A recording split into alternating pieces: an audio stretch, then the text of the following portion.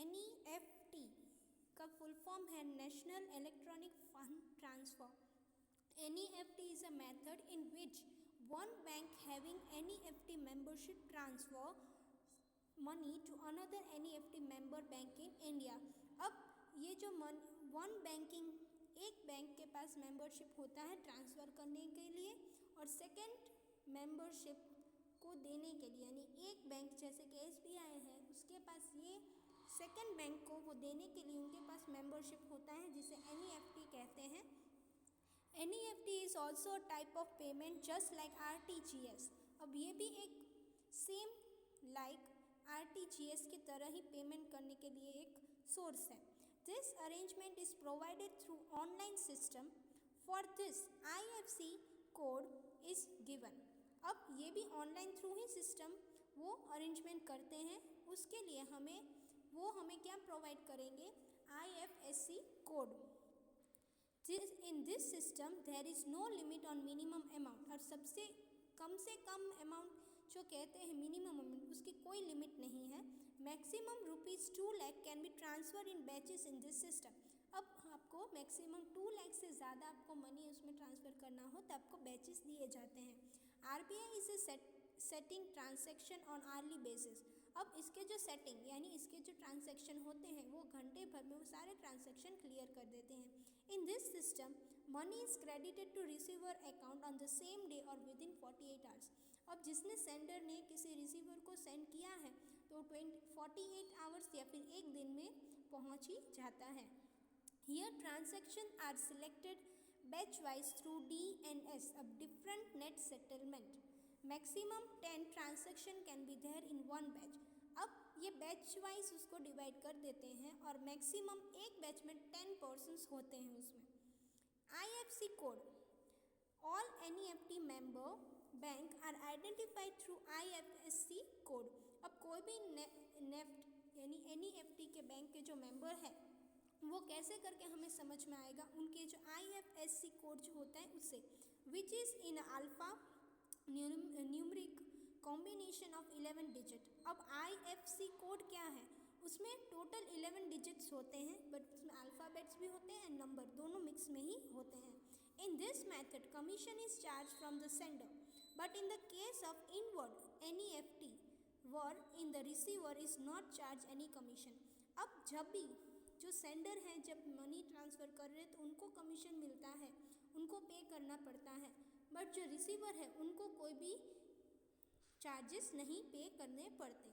To NEFT ₹50,000 by cash, 50,000 और less money can B NEFT by depositing cash in bank and facility of NEFT is available to walk-in customer from all NEFT member branches of India।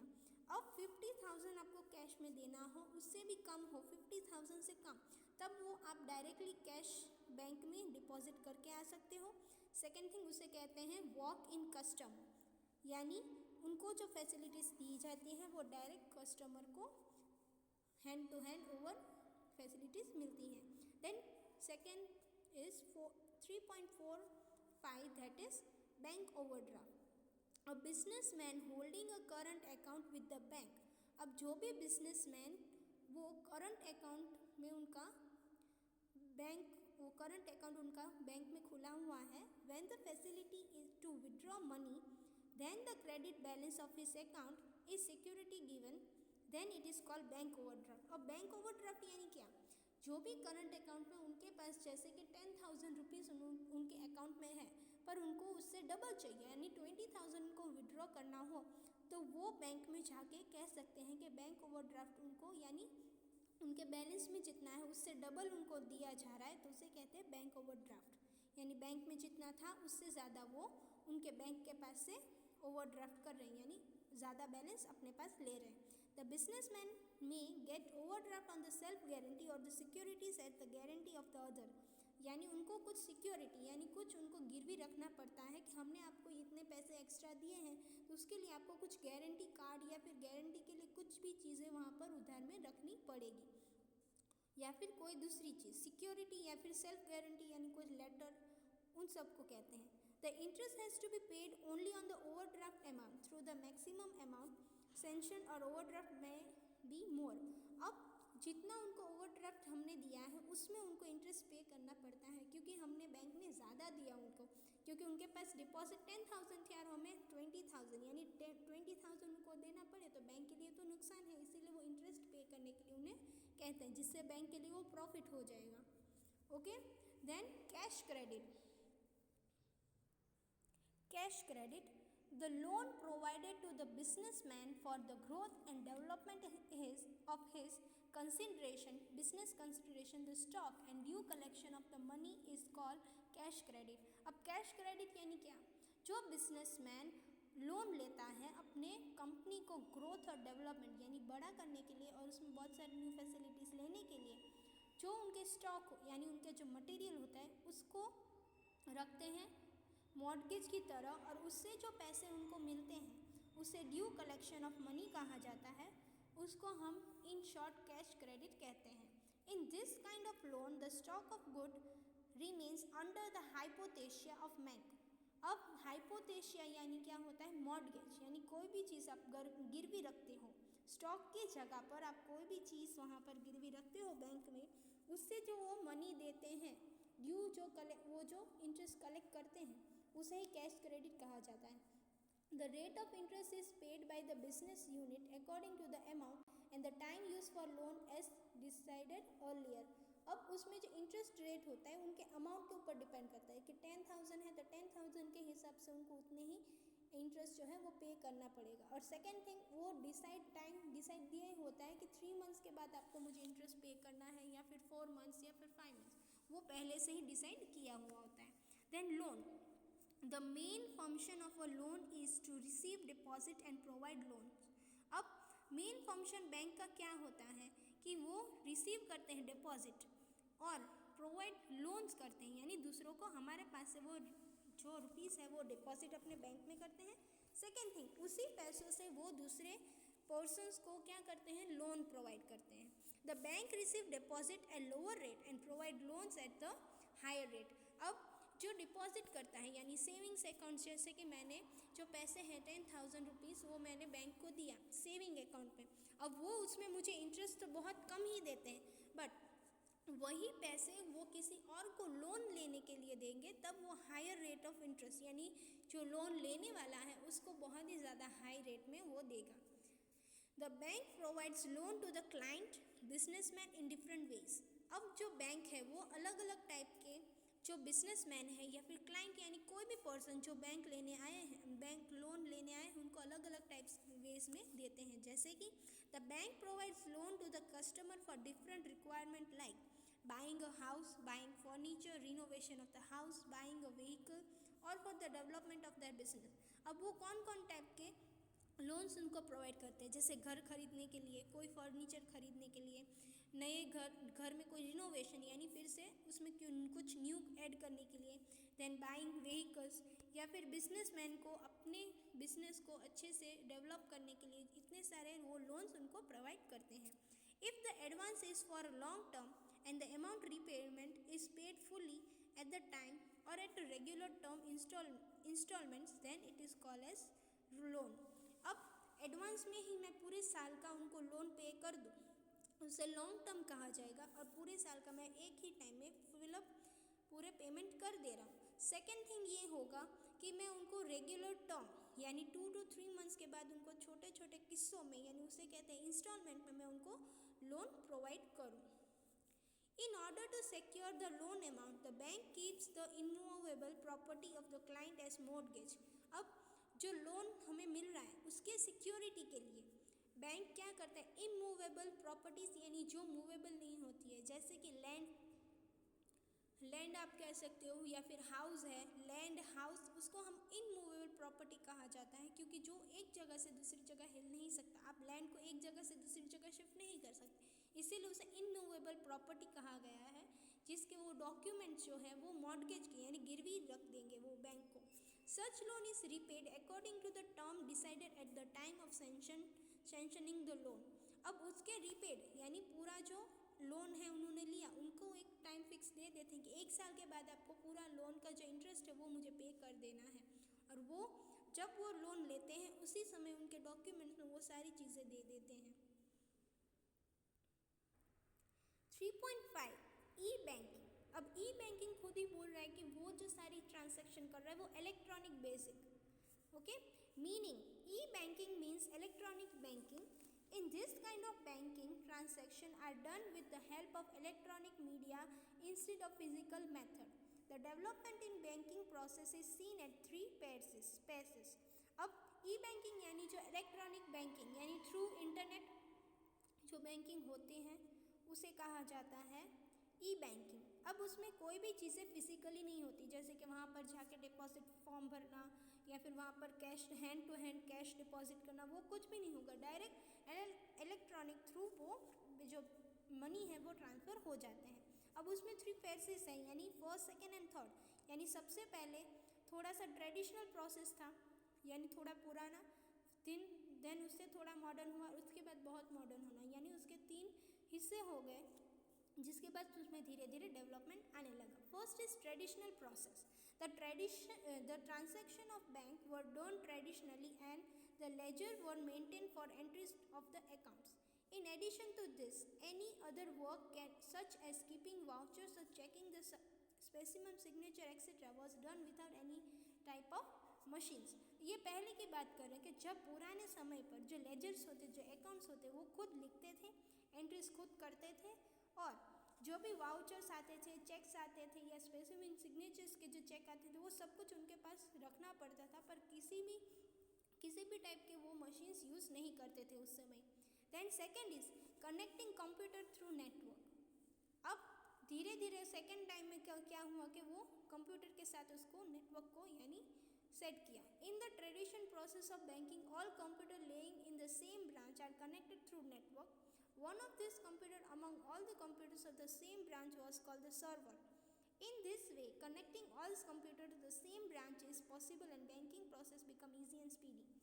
अब इसमें क्या होगा कि एक server रखते थे, जिससे क्या होगा कि जहाँ कहीं पर भी उसके जो ट्रांजैक्शन हुआ हो, वो बैंक में से पैसे लेने का हो या डिपॉजिट करना हो, वो सब कुछ एक ही बैंक में, वो सब कुछ एक बैंक में ये पूरा सर्वर रखा गया था। उसके बाद सभी बैंक में वो सेम ही सर्वर सभी बैंक में कंप्यूटर में वर्क करता था, और उसकी वजह से क्या हुआ, जो भी ट्रांजैक्शन होते थे वो बहुत ही स्पीडी और इजीली हो जाते थे। हमें लिखना नहीं पड़ता था, डायरेक्ट वो ट्रांजैक्शन कंप्यूटर में नोट डाउन हो जाता था, जिससे उनका जो काम था वो थोड़ा स्पीडी और ईजी हो गया।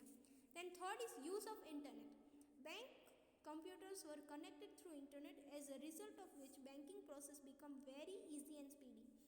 अब आप देखते हो कि बैंक में जो भी काम होता है सब कुछ इंटरनेट के थ्रू ही होता है, इसीलिए जो काम होने लगा है वो बहुत ही स्पीडी और बहुत ही इजी हो चुका है। देन 3.5.1 में internet, core banking and mobile banking, इसके बारे में हम पढ़ेंगे। Bank transaction are done through internet. अब जो बैंक के जो भी ट्रांजैक्शन होते हैं वो थ्रू इंटरनेट होते हैं। अब आपके पास बैंक में आप नहीं जाओगे, फिर भी आप गूगल पे या फिर फ़ोन पे उससे भी आप पेमेंट कर सकते हो, तो उसे इंटरनेट बैंकिंग कह सकते हैं। For this kind of system bank has also setup arrangement like e corner and और ई गैलरी।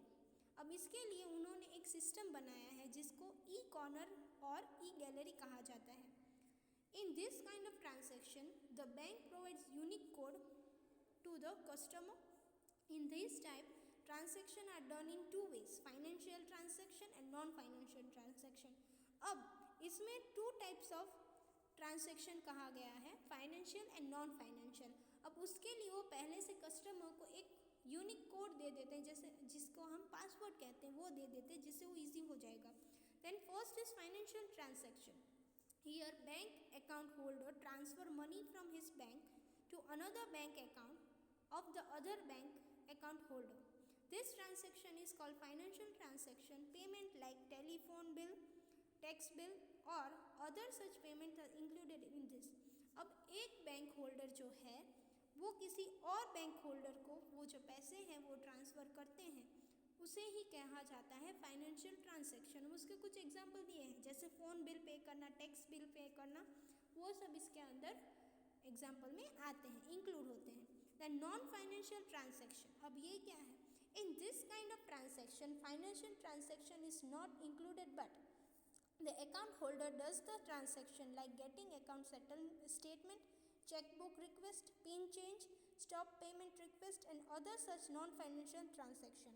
अब फाइनेंशियल ट्रांजैक्शन में हमने क्या देखा था कि मनी ट्रांसफ़र करते हैं वो, पर ये नॉन फाइनेंशियल में क्या होगा कि किसी को नया चेक बुक बनाना हो या फिर अकाउंट का सेटलमेंट करना हो, कोई भी स्टेटमेंट या ट्रांजैक्शंस करने हो, उसकी जो रिपोर्ट चाहिए होती है, किसी को पिन चेंज करना हो या फिर उनको पेमेंट की पूरी जो लिस्ट होती है वो उनको बंद करना हो, इन सब के फैसिलिटीज़ के लिए ये नॉन फाइनेंशियल ट्रांजैक्शन होते हैं. The following functions becomes easy due to use of internet in bank. अब नीचे के जो 3 यूजेस हैं वो बहुत ही हेल्पफुल है. इंटरनेट के थ्रू ये सारी चीज़ें होती है. Core banking, e banking, mobile banking. And meaning of core banking. Core banking means centralized online real time exchange. अब कोर का मेन मीनिंग क्या है, उसका फुल फॉर्म क्या है? Centralized online real time exchange. In this system, all the branches of the same bank located in the different parts of the world are connected to one another. अब इसमें क्या होगा, core banking में ये होता है कि कहीं पर भी किसी भी जगह पर SBI के जो ब्रांच है वो कहीं पर वर्ल्ड में कहीं पर भी हो, फिर भी वो एक दूसरे से कनेक्ट होते हैं. In the centralized server of the bank, all the details of the accounts of all the branches of the banks are available. और एक ही सेंट्रलाइज सर्वर रखा जाता है जहाँ पर कहीं पर भी ट्रांजैक्शन आप कर रहे हो उसकी जो डिटेल्स है वहाँ पर नोट हो जाती है. Entry of the transaction of account holders of a bank is recording the centralize server of the bank in real time. यानी सेम टाइम पर कब उन्होंने कब विड्रॉ किया, कब डिपॉजिट किया, वो सब कुछ टाइम टू टाइम उसमें नोट हो जाता है. The change in entry occurring in the centralized server can be seen in the branches of the bank. अब उसमें कुछ चेंजेस किया गया हो सेंट्रलाइज सर्वर में तो वही चेंजेस दूसरे जो ब्रांचेस है जैसे कि पोरबंदर में है, कहीं पर राजकोट में है और मेन दिल्ली में इसका जो मेन सेंटर है वहाँ पर कुछ सर्वर में चेंजेस करेंगे तो सभी जो ब्रांचेस अलग अलग जगहों पर है वहाँ पर भी चेंजेस आपको दिखाई देगी. The account holder of any branch can complete his transaction from any other branch of this bank. अब यहाँ पर पोरबंदर में मेरा सेंट्रल बैंक में अकाउंट हो और मैं कहीं और से भी वहाँ पर डिपॉजिट कर सकती हूँ. इफ़ मैं यहाँ से राजकोट में जाऊँ और राजकोट में मैं सेंट्रल बैंक में जाऊँ और मेरे अकाउंट पर मैं पैसे फिर से डिपॉजिट करूँ तो ये वही होगा, सेम ही होगा. कहीं पर भी कुछ भी प्रोसीजर चेंज नहीं होगा क्योंकि ब्रांचेस चेंज हो रही है पर जो मेन है जो बैंक है वो चेंज नहीं हो रहा है. इसीलिए ही कैन विड्रॉ और डिपॉजिट मनी और can do any transaction in his account from any other branch. वो किसी भी ब्रांच में जाके अकाउंट में कुछ भी कर सकते, डिपॉजिट कर रहे या विड्रॉ कर रहे, वो सब एक ही जगह पर डिपॉजिट होगा. कोई भी ब्रांच चेंज होने से उसमें कोई भी फ़र्क नहीं पड़ता. एक ही ट्रांजैक्शन होगा एक ही जगह पर क्योंकि सर्वर एक ही है. इसीलिए आप कहीं पर भी ट्रांसफ़र करो, कहीं पर भी आप डिपॉजिट करो, वो सेम ही जगह पर ट्रांजैक्शन लोड होंगे. Thus the account holder become the customer of the bank and not of the particular branch. इसीलिए जो अकाउंट होल्डर होते हैं वो बैंक के सिर्फ कस्टमर होते हैं, ना ही अलग अलग ब्रांच के हिसाब से कस्टमर बनते हैं वो. This process can be done in different branches of the same bank. एक ही बैंक होगा पर ब्रांचेस अलग होंगे फिर भी ट्रांजैक्शन जो है वो प्रोसेस कंटिन्यू होता रहेगा. Because of this arrangement the time and expenses of the both the bank and the customer are decrease. इससे क्या हुआ कि एक्सपेंसेस भी कम हो गए. अब मैं ऐसे कहीं पर जाऊँ राजकोट में और मुझे सेंट्रल बैंक में डालना हो पैसे तो मैं क्या पोरबंदर फिर से आऊँगी तो वो तो मेरे लिए एक्सपेंस हो जाएगा, ज़्यादा मेरे लिए एक्स्ट्रा ऑर्डिनरी मुझे एक्सपेंस भी करना पड़ेगा. पर सेंट्रल बैंक में ही जाके मैं डिपॉजिट करती हूँ तो वो क्या होगा मेरे लिए सूटेबल भी होगा और मुझे एक्सपेंस भी नहीं पे करने पड़ेंगे. ओके. और इससे क्या हुआ कि कस्टमर और जो बैंक है दोनों के जो एक्सपेंसेस इंक्रीज होते थे वो डिक्रीज होने लगे. Then second is e banking, electronic banking. In this present time, all the banks are connected through internet to their branches by the medium of server. अब सभी जो branches है वो एक ही सर्वर से कनेक्ट है, वो है इंटरनेट से. So as a person can withdraw or deposit money from any other branches regardless of his home branch.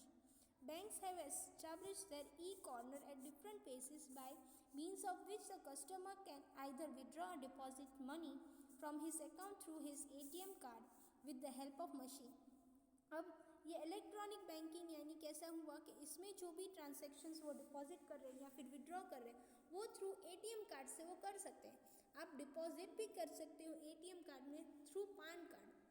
ATM के मशीन में ही आप उसको फिर से ट्रांसफ़र कर सकते हो आपके अकाउंट में। देन सेकेंड इज विड्रॉ भी आप करना चाहते हो तो फिर भी उस मशीन से आप कर सकते हो। He can also know the balance in his account by this system. अब ATM मशीन में आप चाहते हो आप कार्ड आपके पास जो भी पासवर्ड है आप वो डालने के बाद आपको जो कितना आपके पास बैलेंस है वो भी आप इजीली चेक कर सकते हो। Because of this kind of transaction the bank also register the account holder's mobile number on which the customer receive messages whenever there is any transaction in his account. Banking work becomes easy because of this system. अब ATM में अब किसी भी bank में आप जाते हो तो अब आपके जो नंबर है वो रजिस्टर करते हैं, जिससे क्या होता है कि आपके बैंक में कभी भी कुछ भी डिपॉजिट हुआ हो या विड्रॉ हुआ हो तो आपको उसका जो मैसेज है वो तुरंत आ जाता है। Then third is mobile banking.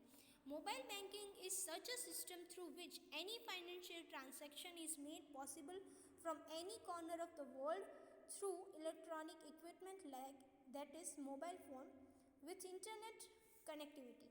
अब मोबाइल बैंकिंग यानी क्या? कोई भी फाइनेंशियल ट्रांसैक्शन आप कहीं भी किसी भी कोने में वर्ल्ड में हो आप वहाँ से आपके जो पेमेंट है वो easily electronic equipment that is mobile phone से आप थ्रू इंटरनेट से कनेक्ट हो जाते हो। The person need not to have go to the bank physically in this system and can manage transaction like knowing the balance of the account, paying the light bill, gas bill, taxes और making other payments। अब ये through mobile होता है, हमें directly bank के पास physically नहीं जाना पड़ता है। हम घर बैठ के हमारे जो लाइट बिल है, गैस बिल है, टैक्सेस है या फिर किसी को पेमेंट करना हो हम थ्रू मोबाइल करते हैं। जैसे फ़ोनपे है, अमेज़ॉन है, गूगल पे है, देन भीम है, ये सब क्या है एक मोबाइल बैंकिंग है जो हमें बैंक में नहीं जाना पड़ता, हम घर पे बैठ के ही जो भी पेमेंट हमें करने हैं हम इजीली कर पाते हैं। Mobile can be transfer from one account to another. Money can be transfer from one account to another. किसी भी अकाउंट में मेरे अकाउंट में से अब मेरा जैसे कि सेंट्रल बैंक में अकाउंट है और मैं गूगल पे सेंट्रल अकाउंट से कर रही हूँ, पर किसी और का जो बैंक है वो बैंक ऑफ बड़ौदा हो तो फिर भी मैं उसमें मनी ट्रांसफ़र कर सकती हूँ, उसमें कुछ भी प्रॉब्लम नहीं होती है।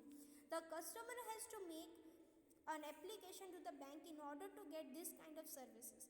अब जो कस्टमर को ये सारी सर्विसेज चाहिए तो उनको एक एप्लीकेशन जो है लिख के बैंक को देनी होती है। The bank then provides login ID and password for mobile banking. It is necessary to follow security rules in this system. अब जो बैंक है वो आपको लॉगिन ID देते हैं और मोबाइल का पासवर्ड देते हैं जिससे वो आपको ही पता होगा वो कोड और आप ही उसे इजीली आप ट्रांसफ़र कर सकते हो। और इसके लिए बहुत सारे रूल्स और रेगुलेशन आपको दिए जाते हैं कि आप कैसे करके अपना जो अकाउंट है उसको सिक्योर करके रखें। Then 3.6 that is services associated with bank. अब दूसरे जो सर्विसेज बैंक देते हैं उसके बारे में है ATM card. That ATM the full form of this service is automated teller machine. जो ATM हम बोलते हैं उसे ऑटोमेटेड टेलर मशीन कहा जाता है। The bank account holder is given this facility. अब जो भी बैंक होल्डर होता है जिसका भी अकाउंट बैंक में होता है उनको ये फैसिलिटीज दी जाती है। When the customer needs, he can withdraw the minimum amount decided by the bank and lesser than the balance of his account. अब इसमें एक फिक्स दिया जाता है कि मिनिमम इतना ही अमाउंट आप विड्रॉ कर सकते हो और जितना आपके बैंक में हो उससे ज़्यादा आप विड्रॉ नहीं कर सकते, वहाँ तक एक लिमिट होती है आपकी। The bank account holder can withdraw limited amount from his account under the daily withdrawal limit. अब डेली विड्रॉवल लिमिट एक दिया जाता है, जैसे कि एक दिन में आप ATM से 20,000 रुपीज़ ही विड्रॉ कर सकते हो, उससे ज़्यादा आप विड्रॉ नहीं कर सकते। Then the limitation of maximum withdrawal amount is the single time is also fixed by the bank. ये भी उसमें दिया जाता है कि डेली आपको एक या दो ट्रांजैक्शन कर सकते हो, उससे ज़्यादा आप ट्रांजैक्शन नहीं कर सकते। सेकेंड थिंग आप विड्रॉ भी एक बार में ही पूरा सिंगल टाइम ही आप पूरा जो फिक्स्ड अमाउंट है वो विड्रॉ कर सकते हो। The bank provides ATM card to the customer. The customer is also given a secret pin. Money can be withdrawn from the ATM of the other bank also, but some extra charges has to be paid for the same. अब ATM card जो वो customer को provide किया जाता है, उनको एक secret pin भी दिया जाता है जिससे वो विड्रॉ जो है मनी वो इजीली कर पाए. और थर्ड थिंग इज दैट कि जो ATM कार्ड है जैसे सेंट्रल बैंक का है तो मैं सेंट्रल बैंक के ATM मशीन में ही जाऊंगी. इफ़ मैं किसी और मशीन में उसी को स्वाइप कर रही हूँ तो मुझे जो एक्स्ट्रा चार्जेस जो है वो कट कर देंगे डायरेक्टली, वो यानी वो मुझे पे करना पड़ता है. Then second is credit card. This type of bank card has been used widely from the end of the 20th century. An account holder or any person can apply to the bank and can demand the credit card. The bank conducts a systematic study of the credit of the person, like how much debt can be repaid by him through card. अब credit card यानी क्या, ये कब start हुआ, जब 20th century complete हुआ उसके बाद ये क्रेडिट कार्ड का जो सिस्टम है वो स्टार्ट हुआ क्योंकि डिमांड में था. देन जो इसकी एक सप्लाई होती है कि पर्सन जितना वो पे कर सकता है उससे ज़्यादा वो डेब्ट यानी उससे ज़्यादा वो रीपेड बाय द लास्ट में. अब क्रेडिट कार्ड वो यूज़ करना यानी आपके अकाउंट आपको एक लिमिटेशन दे देते हैं कि 5000 है, 5000 के अंदर आपको जितनी भी शॉपिंग करनी आप कर सकते हो, पर आपको 5000 से ज़्यादा एक्स्ट्रा करना हो तो तब आपको जो बैंक में जाके जितने भी रुपीज़ का आपने शॉपिंग किया हो या खर्च किया वो आपको पे करना पड़ता है. This is determined by the bank on the basis of study. अब इसको वो अच्छी तरीके से स्टडी करने के बाद ही स्टार्ट करते हैं.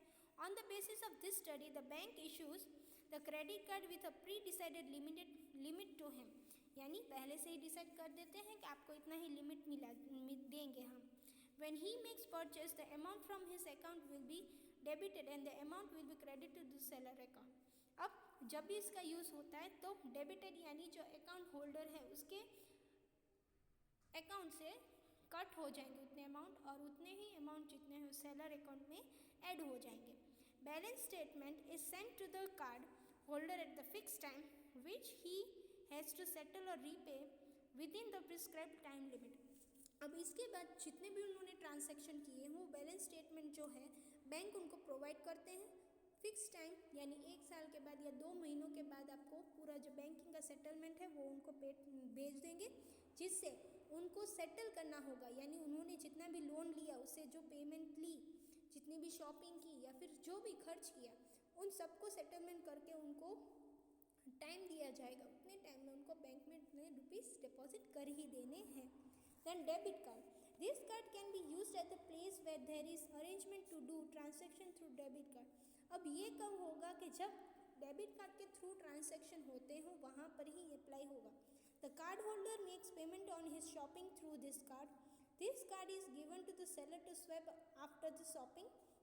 अब ये जो है वो कार्ड होल्डर कहीं पर भी शॉपिंग में जा रहे हैं तब ये यूज़ करते हैं. वो सेलर जो दुकान वाला है उनको देंगे, वो स्वाइप करेंगे जितने भी शॉपिंग की हो.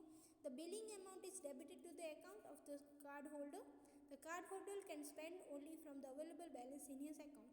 अब ये जो डेबिट करेंगे तो उनके जो बिलिंग अमाउंट यानी जैसे कि मैंने 2000 को शॉपिंग की तो वो स्वाइप करके 2000 रुपीज़ मेरे अकाउंट में से ले रहे हैं तो मेरे अकाउंट में से कम हो रहा है.